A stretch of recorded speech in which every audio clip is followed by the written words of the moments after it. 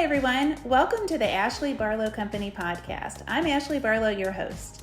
If you are a parent, a teacher, or someone who works at a school, or you're a community member, a volunteer, or a staff member at an organization that supports people with special education plans, a coach, a tutor, or even a grandparent, you're in the right place.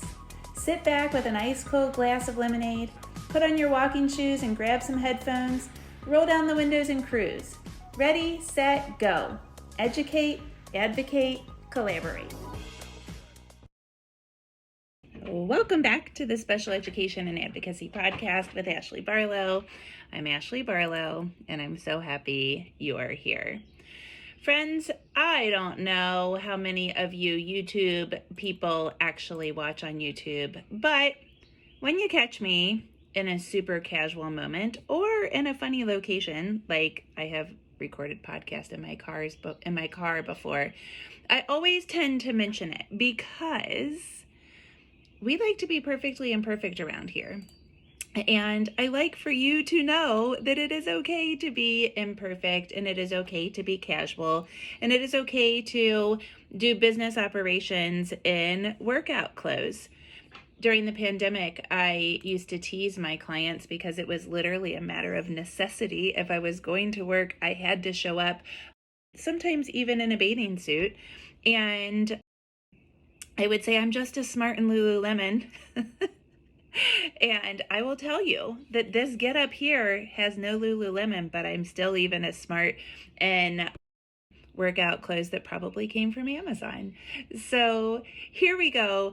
I like, today actually, I will also make mention, I got this great email today from one of you that said, hey, I'm looking at this resource and there's 2 typos on it, and I thought you would want to know. And of course, I do want to know, and I'm very grateful for that. But the first paragraph of my response was, oh yeah, we like to be perfectly imperfect around here. And I'm like, I am a major grammar nerd. And then at the same time, I am really I am an Aries through and through. And when I'm done with something, I'm done. And I rarely reread something. As you probably know, because you get my weekly newsletters and you see what goes on social media. I see the typos too, but perfectly imperfect. If the message is there, it goes out. So that's where we are, friends. Hi. It is Friday here. It is lovely. The birds are chirping. I hope that maybe you can hear them in the background. And it is going to rain for like 4 days. And that makes me happy because one of the things that I have been doing over the last couple of weeks really is I have been building out this garden bed in my backyard. So a few years ago, I think it was 3 years ago, we were starting to notice a little bit of slippage in our backyard. And first of all, that was not being super neighborly to the people that live. Our backyard neighbors are significantly lower than we are, like down cliff, like a major drop off. And there's woods in between us, but if we can see their houses through the woods, And the guy kept coming up and looking in our backyard, which first of all was rude. He should have talked to me. But if you take out the rudeness, he was concerned, and he had a right to be concerned. Now, legally, I will tell you that we owe him nothing. But as nice human neighbors, I thought maybe we should do something. And also as homeowners, I thought, this is also a sign that our backyard is not functioning the way that it used to. And so we had our gutters looked at and revamped a little bit. And then we dug 90 feet backwards and 90 feet perpendicular to that across our entire backyard and put in a French drain. And yes, when I say we, I mean Brandon Barlow and Ashley Barlow did that. Now, I love to get dirty. I love to work hard. I love working in the garden. That was a ginormous job. When we were about 60% finished with the digging, we decided to just finally rent the thing rather than spending 6 more weekends with our digging. And then the thing that dug ran off the tracks and we got it stuck in our trench. That was exciting. It was like 600-pound piece of equipment that we had to get out. So anyway, then we put a French drain. So our gutters go like back 90 feet and then take a right. And then they have this French drain that goes. And so the water should dissipate across our backyard instead of all dumping in this one direction. And nobody's complained down there. So I guess it's better. I don't know. The people moved, which is understandable. But the initial complainers moved, I guess I should say. So I put a 90-foot garden bed across the back of my house. Now, you would say, oh, that sounds like fun. And it is. It's quite fun. I planted a bunch of plants that like water, and I would say, you know how it goes, like 80% of them did well, and 20% of them didn't like where they were, or I put them directly on top of a root or a rock or something, and they did not survive. And then last year was the second year, and I put on Facebook, hey, I need plants. I got to fill this in more. And it became my friendship garden because I got a bunch of split plants from a bunch of friends, which was really nice. And this year, I'm having the general freak out anyway. If you're following me on social media, like life is kind of caving in 1,000 different ways. And one of my freakouts is Griffin is about to be a senior. We're finishing up his junior year of high school. College recruiting and decision making has really ramped up. Swimming, like summer swimming, has begun. That starts in like late April, early May. And so that means he's like in the summer before his senior year as a swimmer. And I think that's really kind of what triggered it for me, was like, oh my gosh, this is crazy. But I started thinking, oh boy, we have a graduation party back there in a year, and so I got to fill this thing in, and plants take a second. And so we put another 48 perennials back there, including phlox, which usually goes really, really fast. Doesn't like water, so I put it on the other side of the drain. Anyway, why did I start to tell you that? There was a point of that. Oh, so it's going to rain, and that's great because I have spent like a half an hour a day for the last 2 weeks out there watering and pulling weeds and that sort of thing. So now we're just going to let it go wild for the 6 days of rain, and then we'll be in business. I'll be able to mulch, get moving. So, lovely day. I love rain. And I want to talk to you. I'm super excited to talk to you this week because the last couple of days on the podcast, the last couple of weeks, we have talked about some ideas in negotiation. And this week, we are going to talk about one of my favorite things to talk about, actually, in negotiation. We are going to talk about psychology. This is kind of fun. Fun fact about me. My first college class was psychology. I had an 8 o'clock on a Monday. My school started on Monday. Maybe it started on Tuesday, actually. It was a Tuesday, Thursday class because, oh my gosh, I remember because you didn't have school on Labor Day. So you started on Tuesdays. And my first class was in Benton Hall. It was an 8 o'clock class. It was psychology. I don't remember the guy's name, but he had sweaty armpits from his elbows to his waist. And he would stand in this posture. He would pose a question at the projector. If you were born after 1985, a projector was like a smartboard or Apple TV or whatever you use now. Only it was different. It was better. And the teachers got marker all over their hands. And he would put his thumb up against his other 4 fingers, and he would put his elbow into his waist and his hand like as far away as he could get it. Then he would put his other hand on his hip, and he would make like duck lips, like he was taking a selfie. And then he would look down very contemplatively, like, I think you might think that he resembled Dwight from The Office too. He was a very interesting guy. But anyway, I fell in love kind of with psychology then. And I think that what I learned in that class about humankind and people really did kind of inspire the rest of my career path or my education, because I took a lot of classes in ed psych. I really ended up to like educational psychology, like child development stuff and that sort of thing.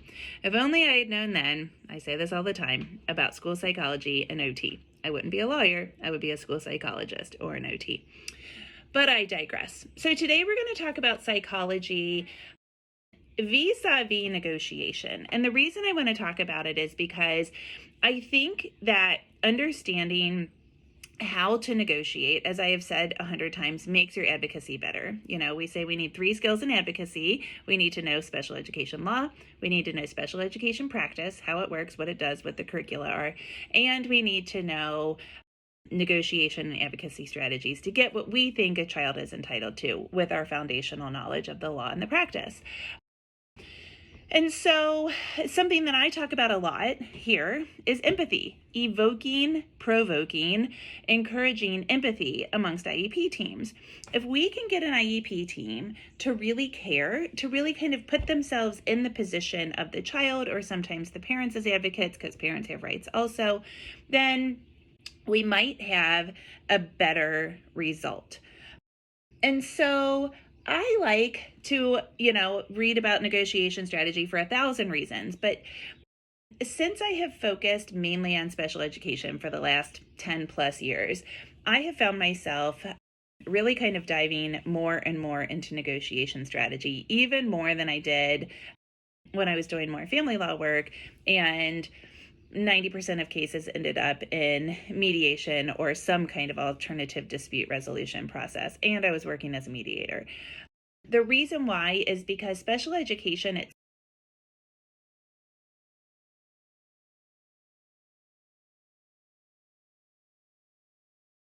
and there is the mediation process in special education that is used quite a bit in a lot of states. And so I think it's really important. And I think this empathy piece is super important. So I want to talk today about a different way to think about empathy that has this psychological foundation to it. So we're going to talk about validating the other people's emotions, just simply validating.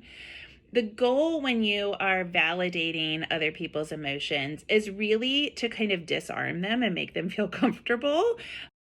But you're still getting down to their interests. We love interest-based negotiation around here. And so for validating their interests or their emotions, they will probably be more likely to talk about their why, to talk about their interests. And that's how we, start talking. So if we can identify emotions first, then we can start to deal with them, just like with kids. When I talk about interoception, or some people say interoception, that is the sensory processing thing of feeling our feelings. A lot of kids get stuck there. Naming our feelings, identifying them, utilizing skills and strategies to ameliorate any uncomfortable feeling or unproductive feeling or other adjectives that we need to resolve feelings. And then identifying the feelings of others and amending our behavior in order to be kind and nurturing and collaborative and in community with other people. There's like 8 steps of feelings, like in this feelings genre, in order to interact with other people. And if we think about people that struggle with feelings, and we're taking like a little tangent about kids, it's really important that we figure out where they are. Are they just really struggling to feel their feelings? Jack Barlow doesn't really know. He doesn't get a whole lot of messages from his body about feelings. I was actually saying to a friend yesterday, this is a very tangential podcast episode, but I was saying to a friend yesterday, we were talking about pelvic floor. And I think if you follow me on social media, you probably know I'm doing a new pelvic floor thing. It's yoga based. It's called Restore Your Core. And I'm really liking it. For the first time, something is finally working, and I am starting to feel a little bit, but I really can't feel my pelvic floor. And I don't know. I've been to 2 different physical therapists, one insurance-based, one concierge. I've spent all kinds of money, all kinds of time. I've done it all. And I really cannot feel, like, from slightly above my belly button below, And we don't know why. We don't know if it's neurological from my back. I do have some neurological damage from when I broke my back when I was 15, and it gets worse because I bulge discs and all kinds of stuff like that. Or if it's a result of having 2 C-sections, or if it's some combo. But yeah, so how do we feel our bodies? I don't feel this physical thing, and some people don't feel emotions or certain emotions as accurately or as often, or whatever is unique to their bodies. And so we need to start there. Now, at the negotiation table, for the most part, I would say that most people have somewhat typically developing psyches when it comes to interoception on IEP teams. Most people on IEP teams are professionals. Some of them might be neurodivergent and we don't know. And so I think it's important that we really look at the other people's feelings at the table, think about our own, go deeper into both sets of feelings, and then see if we can explore ways to make the feelings more productive, right? Because if we're stuck in anger, if we're stuck in confusion, if we're stuck in any kind of emotion that's going to pause the process or impede the process, then we need to explore ways to get past those. So I like to do that. I talk in my negotiation workshop, and if you don't know what that is, the negotiation workshop is something that's only available in the ABC course. The ABC course is Advocacy, Business, and Concepts in Special Education, and it's really geared toward helping folks start and grow their special education advocacy business. And I have a tool in there called the negotiation workshop. It's only available there. And it goes through negotiation and advocacy tactics, really a strategy, but more tactics that come from some of my favorite books in negotiation strategy, mediation kind of stuff. So I talk a lot there about tactical empathy, like empathy for a purpose. Like I'm a humongously empathetic person. And so I empathize with people all day long. But what if I'm empathizing for a purpose, that it becomes tactical? And that's okay. Like it's not, we're not being sneaky or sly, because if we think about this, we're like really trying to improve or maximize the special education of a student. Like it's okay to be tactical about that, even in our discussion amongst the IEP team members. Okay. So what do I mean by tactical empathy when we're talking about validating emotions amongst people on the IEP team? I think we're about 15 minutes into this podcast and I'm finally going to start talking about it. You catch me on a Friday and I'm casual, I might just start talking. Okay, so let's start with this. If you ask somebody how they're feeling, or like, tell me how your emotions are, like what's going on, what you're doing is you are saying to them, I care about how you're feeling. And this is really, really far away and different from agreeing with them. It's not like, yeah, I understand. Because when you do that, remember, in our Patrick Lencioni 5 Dysfunctions of a Team book, we're going to get to this like harmonious discord where nobody really agrees, but and then ego gets in the way and nobody really wants anybody to succeed because we all want to be right. We don't want harmonious discord. We want ideological conflict. And so if we're saying like, how are you feeling about that? Or if we are saying, you look frustrated, we are saying, I want to understand how you are feeling. I want to understand your emotion at this particular time. And I want to see the world from your perspective. When somebody says that to me, I immediately feel safe. I feel safe around them. I get this sense of security that my emotions are safe there, that my emotions are welcome there, and that they're going to be a part of that conversation. And so when we acknowledge that somebody looks as though they are feeling differently, we are identifying how they feel, and it gets us closer to that person despite like things that we might not know about, right? So like, we don't have to say, oh, my mom's dying. Or, yesterday I was in a meeting and one of the people's blood sugar was really low. And then later, she just said my blood sugar is low and she was eating during the meeting. It was fine. She turned her camera off because she felt like she did not look super peppy. And that was a fine explanation. But knowing that she wasn't feeling super well, I think I was probably a little more. And then towards the end of the meeting, she shared that she had a new diagnosis and that she was really kind of coping with stuff. And she was like, this is such a great team that I wanted to call off today, but I really wanted to be here because I thought maybe being with you all would be helpful. And so we had this really nice vulnerability in the meeting because we had this other thing going on that had nothing to do with the meeting, right? So a way to validate somebody's emotions is to acknowledge it. When we acknowledge it, people feel safe and meetings go better. So what do we do? First, watch people. Watch their facial expressions, watch their body language. Are their arms crossed? Do they look like they're sucking on lemons? Are they thinking? Are they looking at other people like she is like out of her mind? Are they nodding? Are they smiling? Do they have that look like, you said it, not me? Look for things that look questioning, that look agreeing, that look confused. Look for those people. And then label it out loud. Say something like, Mrs. Jones, it looks like you are not in agreement. It looks like you are not familiar with this. That's a better way than saying it looks like you're confused. Or, do you disagree? Are you feeling uncomfortable with this information? Oh, it looks like you agree. You look excited to share something. You look, fill in the blank. It sounds like, it looks like, it seems like.